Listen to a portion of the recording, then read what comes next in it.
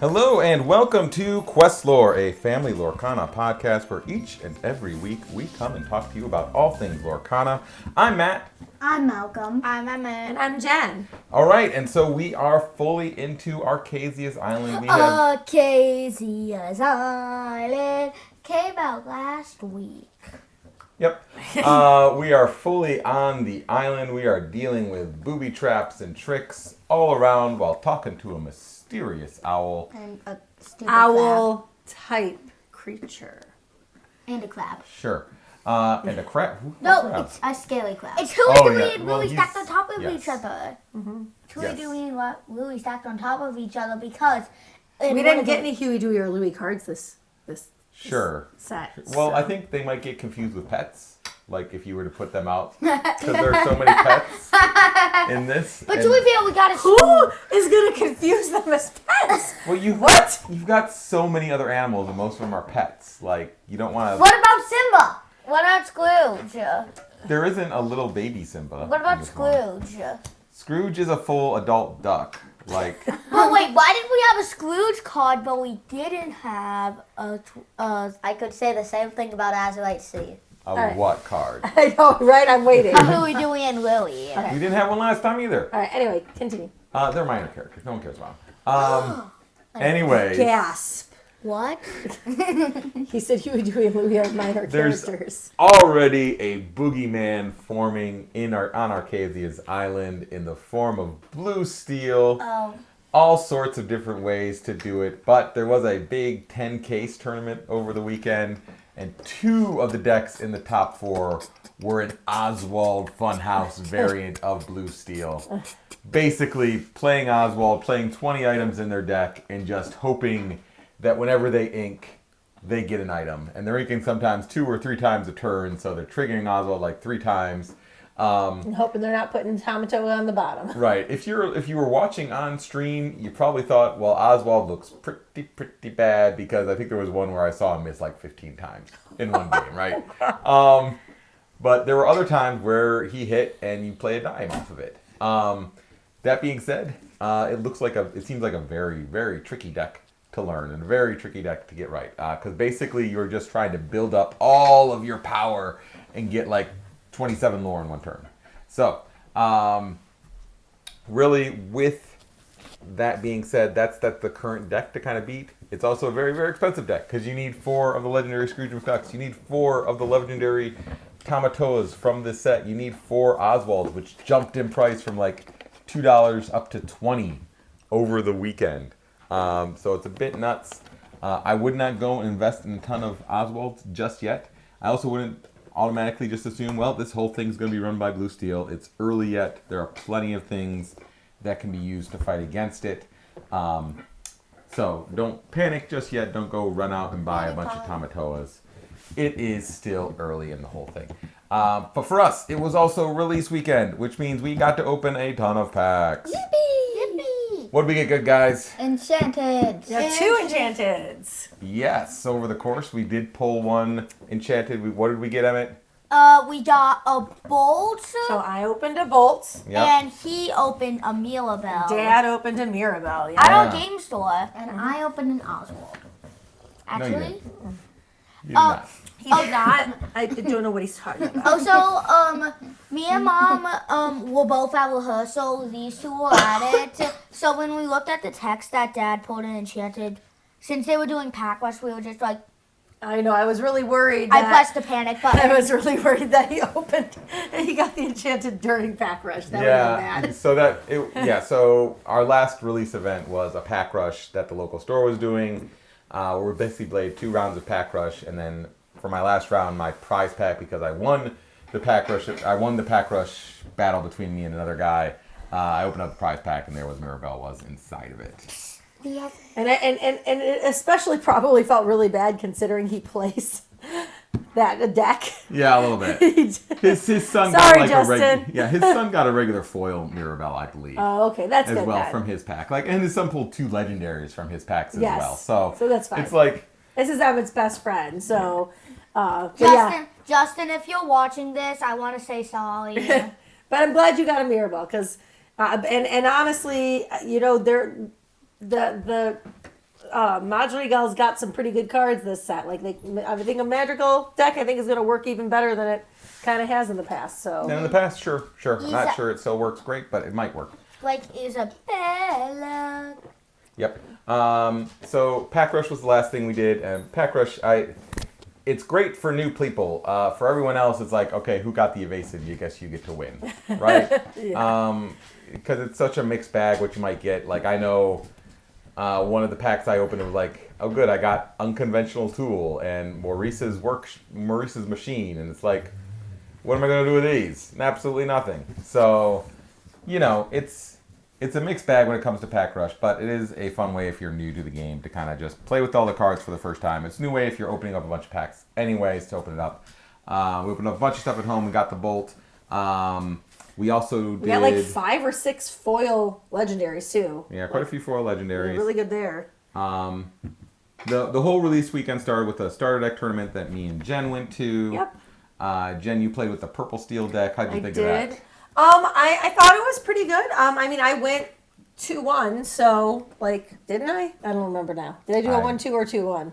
I have no idea. I wasn't paying attention. I think I went 2-1. I thought that it worked pretty well. I did think that compared to past starter decks, this one was definitely more even than in the past. Mm-hmm. Even though going in, everyone assumed one was going to be better than the other, and that clearly was not the case because you were playing the deck that everyone assumed would not be that great, and you... Yeah, so I played the red-blue deck. I only played against purple steel decks. If I looked around at all... I was 2-0 going into the last round, and looked around at the top table, and everyone was purple steel except for me. Yeah. And there's good reason, like that one can go a little bit faster, and the red-blue is a little bit trickier to play. The only reason I ended up losing that last round is because he saw Jafar all 3 of the games. Yeah. So he was able to get Jafar out. There's no removal for a 4 strength, for 4 willpower character in this game, in this set, or in those decks. And basically, he was able to get Jafar out, then get all his illusions out. And anytime I kept removing them, I could remove them and get rid of them. I constantly was clearing his board, except for the Jafar. And those characters just kept going back to his hand. So eventually I just ran out of steam. But it is funny when they had the Ever As Before in the red-blue deck. And I guess people just didn't understand what illusions did. And didn't know that you could use that card against their illusions. Yeah. So there was one time I wiped out a board with using Ever As Before. I wiped out the other side's board. It was a board wipe using that. There was one time where it was the one game I won in the last round where it was just this epic battle where we each had 10 characters on our sides. And he tried to quest strategically so I'd have to run in and give up my characters. But then I was able to math everything out to wipe out most of his board, then use Ever As Before to wipe out his illusions and heal every single one of my guys at the same time, because you could choose any number of characters with that card. Right. So I healed all my guys, wiped out his illusions, wiped out most of his board. He was like, okay, yeah, we'll just go to the next game. But at that point, I had 10 characters on board. He had 1. Fully healed. Yeah. So it is an interesting deck to pilot. It is. If you know what you're doing, it's a good choice. Yeah. Then I did a draft on Friday. Without us while we were at rehearsal. Yeah, you guys had rehearsal. But I was able to win that draft, which was nice. Though I didn't get any of the good cards. No. But I think... Second place got 2 enchanted, and third place... not second place got 2 legends. Third place got... An enchanted. Yeah. So... They got slightly better prize packs. It was one of the times where I did turn down a legendary during a draft just because I'm this is just so bad in this, and there was a card I really wanted to actually do well, but that happens. Then the store owner just automatically took them. The store owner took everything. He tried to play a puppy deck, which was funny. He grabbed every single puppy he saw, but he never saw Wonder Dog, Thunderbolt. Yeah, Thunderbolt. So he didn't know the puppy shift was a thing because we all took Thunderbolt. Yes. Because that's a good card. Yes. Right? And you don't need to have the puppies to play it. So when that got played against him and you read it what? Puppy shift? This is exactly what I needed because he had drafted 7 puppies. So he drafted because he grabbed everyone he saw. So it was kind of funny. And then the last one was Sunday. We did a sealed event. We all did that one. That was fun. How'd you guys like that? It was okay. I pulled 2 Why do I keep calling legendaries enchantments? I pulled legendaries. 2 legendaries. One of them was foil. Nice. Very nice. Malcolm, how about you? It was fun. Yeah? How'd What- you do? I don't remember. I think I did 2-1. I think we both did 2-1 because you were like one place ahead of me. Yeah. And then you did 2-1 as well, right? Yeah, I was 2-0 going into last round, Yeah, so I and could then- have yes. gone 3-0, Yeah. but like I didn't get any of the great cards in sealed. So the fact that I went 2-0. Yeah, because to like begin you with- said, you didn't even get any evasives, right? Yeah, I had one evasive character. Or I had like 4. So I had I had 9. and 2 of them were like I had 2 fidgets, and I had one of the Pascals that quest for 3, and then I had the Mirabelle that is evasive as well. All I had So- was fidgets. And and those, but the one game I lost was someone who did end up going 3-0. Yeah. And he just happened to get out better evasives than me when I got out my evasives. So Yeah, the last guy I lost to, like he had all of it. He had a bunch of evasives. He had the Snow White. He had Mushu. Yeah. He had like the Pain that could move people. The Fazu that gets extra lore if it's a second challenge. So he had like all the good tools, and I had just like I've got cards. And I'm gonna play them. I'm gonna see what happens. So but it was fun. So and sealeds are always fun. Seeing what all the cards can do with each other. I guess I did go 3-0 because we went 1-1 and then he had to leave. Oh. So he conceded to me the last game, so I did go 3-0. I forgot about that. Oh, okay. I just wasn't the top one. Sure. No, it wasn't Dave. No. So, that was a fun event. So, but release time is over. Now we got new decks to build and new things to fill Yes. out. But a big thing that you probably saw in your packs while you were opening them was this like story card that's that's attached to it. And you might have looked and saw, oh look, there's 20 of these. So even if you open a box, you might not get them all because those are just randomly assigned just like other cards. So you had to kind of work to get them. We're going to go over some of that story. I'm not going to read through each card because a lot of it is not pertinent to the story, but I'll talk about what the story does entail, some of the important pieces of it, and we're actually going to do a little bit of a recap first. So Archazia's Island is out. The one bit of news, unfortunately, we did get this week. They're not doing the story trailers anymore. So if you were hoping that they'd come back, maybe they skipped this one and they'll come back next time. They're not. No more story trailers. They said they stopped producing them. With Azurite Sea was going to be the last one. I'm not going to play Lorcana anymore. Yes, you are. Yeah. Shut your mouth. Just because of the story videos gone, I'm not playing Lorcana anymore. Okay, sure, buddy.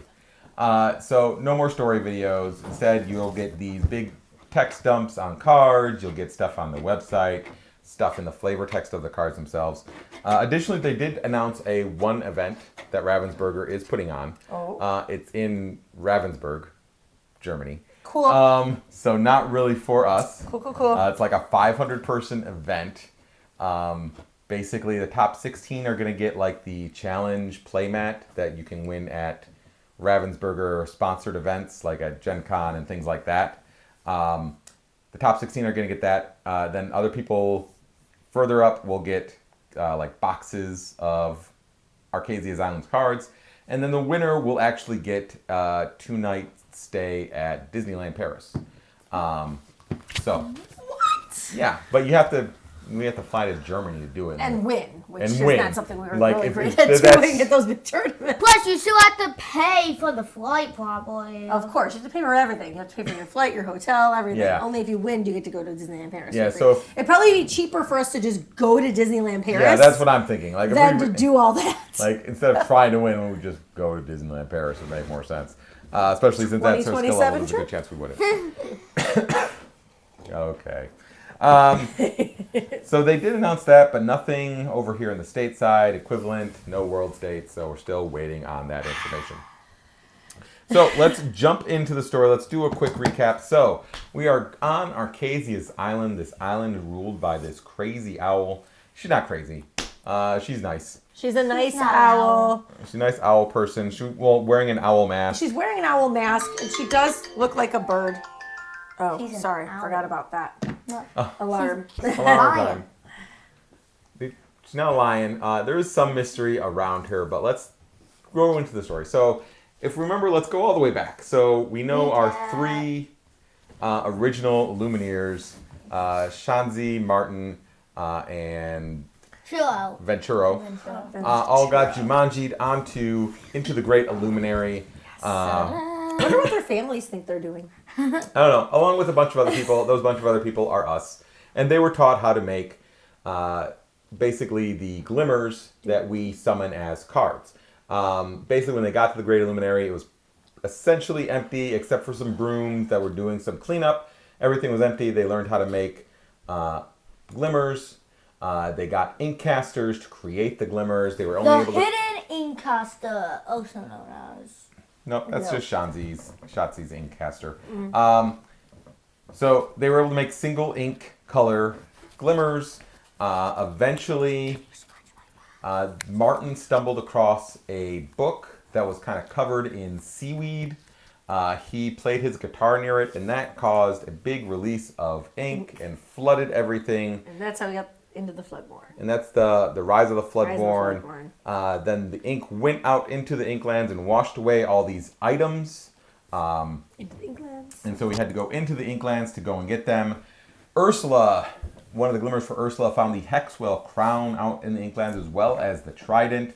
And she caused a bunch of havoc. So we had to band together with the Illumineers to defeat her. Because we defeated her, we had a giant party. Back at the Great Illuminary, went back there, started having a party. Good old Merlin had a bunch of visions of what was to come, including the Great Illuminary starting to fall apart. So the Great Illuminary started falling apart. All of the Illumineers searched for clues on how they could rebuild the Illuminary, what caused it, like how do we rebuild it. So whatever caused the Illuminary to fall apart, we still don't actually know. Like that is an open mystery. One of the cards says that they were partying too hard, and so it broke.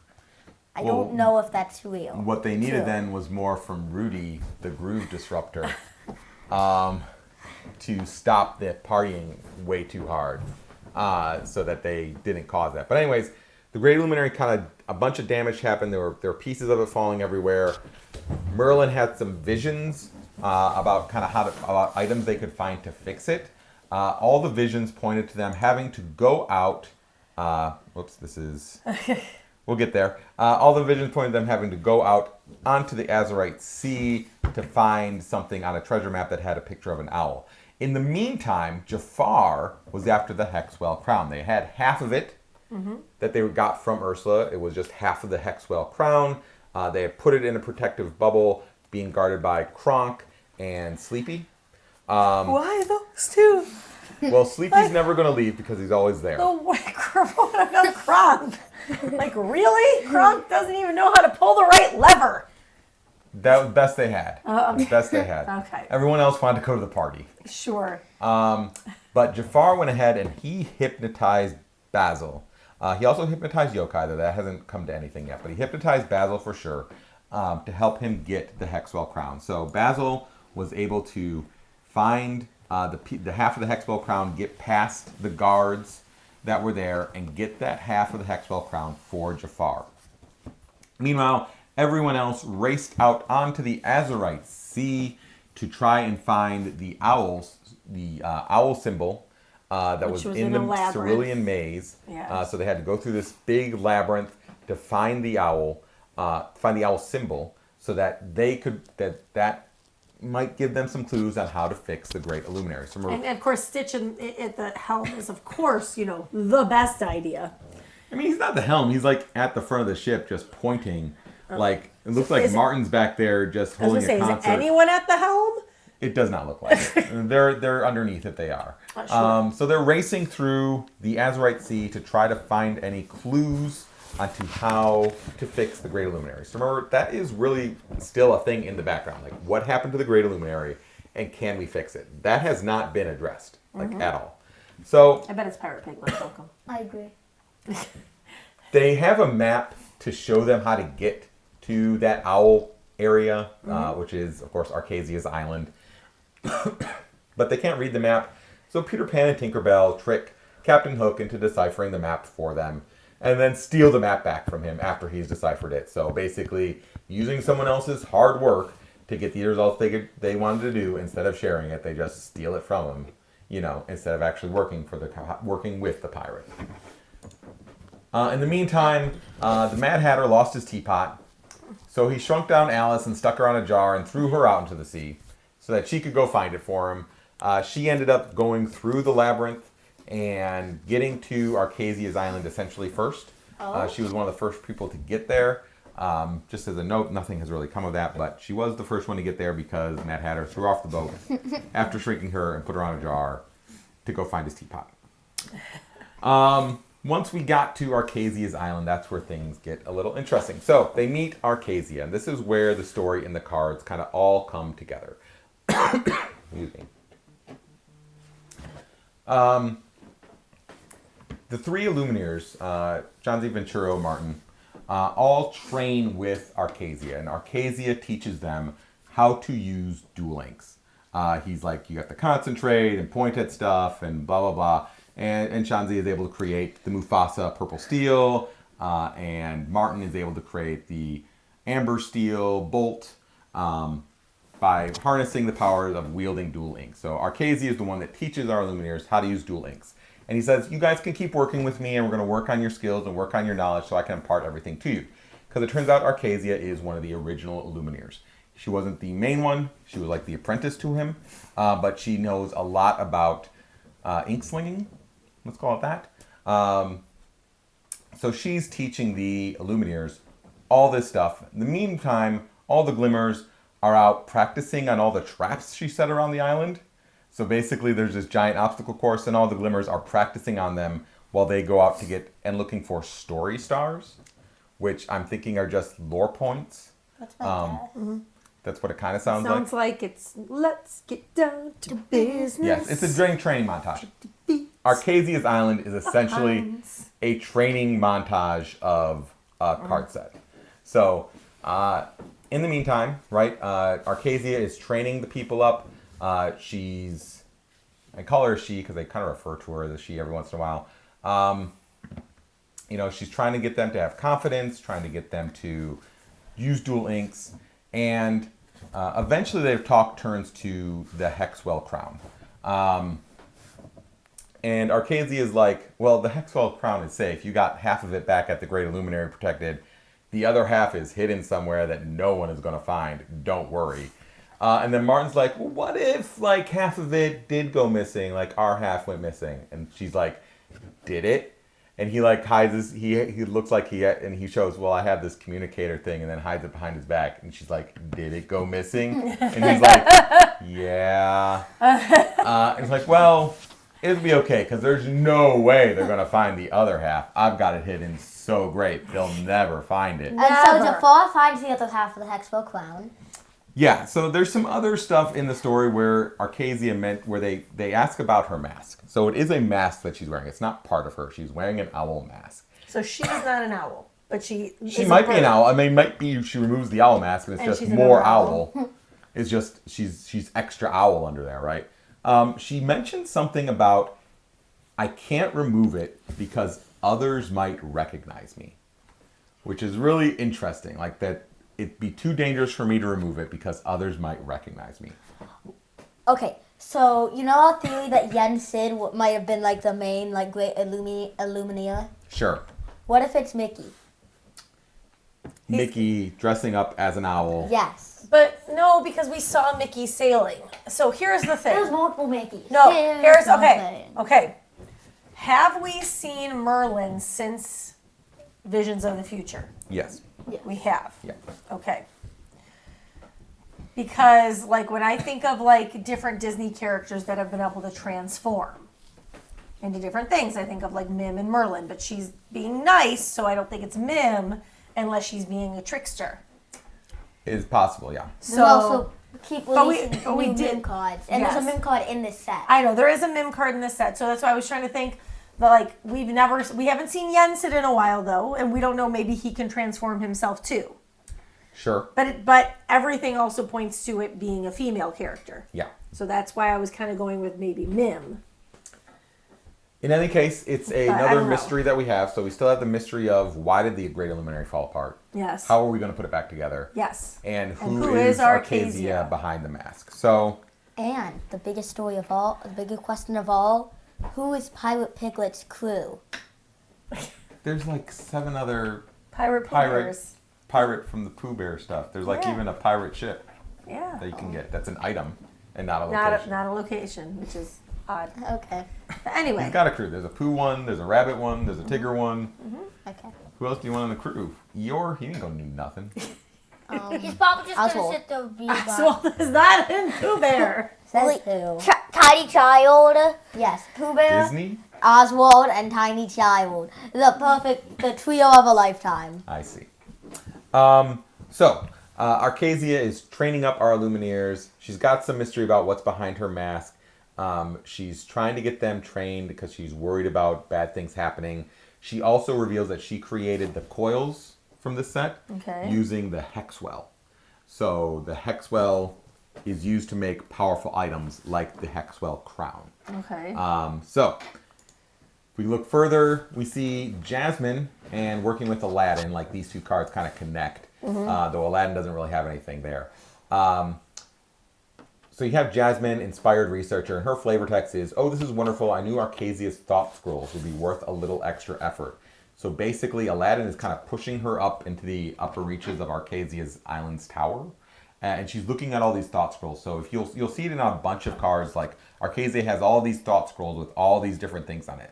Now, the next set, Reign of Jafar, has the Illumineer's Quest Palace Heist. What if so it means that you're probably trying to steal something from Jafar from a palace. We know that Jafar kind of remakes Archazia's island into a palace type thing. What if you need to go in and steal these thought scrolls as part of it? Because they're already looking for it. They know there's a lot of information there. What if they're trying to go get those thought scrolls to find out how do we beat Jafar? So it's just a thought. This card kind of leads me into it, especially since it is an Aladdin-themed card. But for the Hexwell crown itself, right, so even though Archazia says, "Oh, it's safe, no one will be able to find it," Jafar just casts a little spell and says, "I see the other half in the Inklands. Quick, my tiny companion, fetch me that crown." So he sends Basil out to go find it, and in this set, in Archazia's island, Basil's secret informer says, "The final part of the crown. Jafar will be pleased." So it wasn't really that well hidden because it took 2 cards to find it, right? Jafar just cast one spell. He said, "Oh, look, it's there." He sent a mouse to go get it. The mouse went and got it. So not super well hidden. We don't get really any clues about where it was hidden, but Basil found it pretty easily after Jafar just pointed him in the right direction. So Jafar now has all the pieces of the Hexwell crown. He then is able to go to the Hexwell that's on Archazia's island, where we have the Hexwell surge with pure creative energy, fusing the crown's pieces in a final burst of power. So the Hexwell, which we know can create incredibly powerful items, reforges the Hexwell crown that Jafar now has. Archazia does mention in the story that she is the one that created the crown in the Hexwell. So now that it's been broken, she thought everything was safe, but Jafar has come back. What's a and reforged it. Hexwell? That's the item that they're trying to fix. Well, the Hexwell crown is what they're trying to fix. The Hexwell is this kind of pool of powerful energy they can use to create big items. Right. Like Like all the coils Is the and all Trident one? Oh no. They didn't mention anything about the Trident. They just mentioned the coils were created in it, that the Hexwell crown was created in it and now reforged in it. I have a feeling that the dime was made in it because it's so powerful in gameplay. It's possible. I don't know, because it seems like everything that's been creating in it is stuff that isn't already I was gonna say the Vitalis. storyboard. Yeah, I was gonna say the Vitalis field. Yeah, probably. But I feel like storyborn stuff like the dime, like the trident, like Triton's crown, those are already born in stories, so I don't feel like they would be created in this. So set 7, Jafar restores the crown, and he becomes Jafar, newly crowned. Now that the Hexwell crown is finally mine, no force in Lorcana can stand against me. Interesting note about this: the flavor text isn't on the enchanted version; it's only on this version. Oh, interesting. Because I was like, well, I'll go get the fancy enchanted version to show on this, and then it's not there. So. Flavor text isn't usually on Enchanted. So. Yes, well, I know that now. I did not necessarily know that before. See, I know more than you. On one thing, dude. One thing. Congratulations. And now you Would don't. you like a cookie? Yes. And now you don't know more than him. So that brings us up to present, and now Jafar will have a big reign that will cover the next set. And then after that, the next set is called Fabled. We've been getting hints at like Archazia having some kind of a backstory, right? She had a previous, she was one of the original Illumineers. So maybe once we defeat Jafar, or maybe as part of defeating Jafar, maybe we don't defeat Jafar just in the next set. Maybe it takes a while. Like we go and we steal all these thought scrolls, and that gives us the history of Lorcana, and so that gives you Fabled as kind of an old-timey throwback. Sure. Yeah, maybe. Can I do the trivia today? No, because I've already looked at the questions.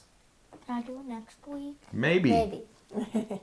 And so that leads us current thing. What do you guys think of the story? Not like a lot of it was like, oh yeah, this heavily happened because it's like, here's Jafar wearing a crown. Oh, here's Jafar restoring a crown. Oh, here's Basil finding the crown. Yeah. Which made reading through the story, it's like, well, you're wrong, because we've got like 3 cards that say you're super wrong. Oh yes. So I wonder if she knows she's wrong. So then it leads me to believe like, is maybe Archazia someone who's not so smart? Who like Louie the Weird Louie. who like think that they're like really smart and they're really not smart. I mean, like, I'm trying to think though, because like in one of the pictures, it's clear that it's like a bird with like owl claws. Yes. So like I'm trying to think of, it's either got to be somebody who is already a bird, who's a female. Hey. Yes, it's Hey. Sure. I think Hey-Hey's a boy, because he's a rooster. Or it's somebody who has been turned into an owl by magic. Yeah, there's a very, very good chance that we aren't going to be able to, like, even when they do take it off, it's like, okay, so we don't know that person. But maybe something else recognizes it, or when we run into another Lumineer, she'll be like, oh, Archazia, that guy's a jerk. Could be anything. But we do know she has a storied past where she did something wrong in the past. She's the one that forged the Hexwell crown originally. She has a lot of power. She's been waiting for people to come to her for years, and now she's ready to impart her knowledge. And hopefully that will be enough to defeat Jafar as we move into the reign of Jafar at the end of May. Speaking of which, end of May, like this time around, the set champs will be during May, up through ending basically the weekend before this set comes out. Yeah. So it'll be interesting because there'll be a lot of theory building for the Jafar set while we're still going through the set champs, because we'll have to start revealing the cards like at the beginning of set champs essentially. Yeah. So make sure you sign up at your local store. Yes. Once they've released dates. I know we've already got ours at our regular league store. Date set. We're all signed up for it. Remember, you do get a promo card version of the Hero Hamada. It's not going to be all foiled out in full art like the Enchanted one, but it is a promo that you'll get just for participating. So let's move right along into trivia time. It's trivia time. Okay. At the end of Aladdin 7. from 2019, we find Genie, now human, doing what? Going to Disney World. Yeah. That would have been a better answer.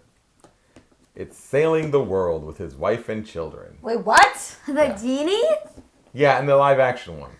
That doesn't help. What?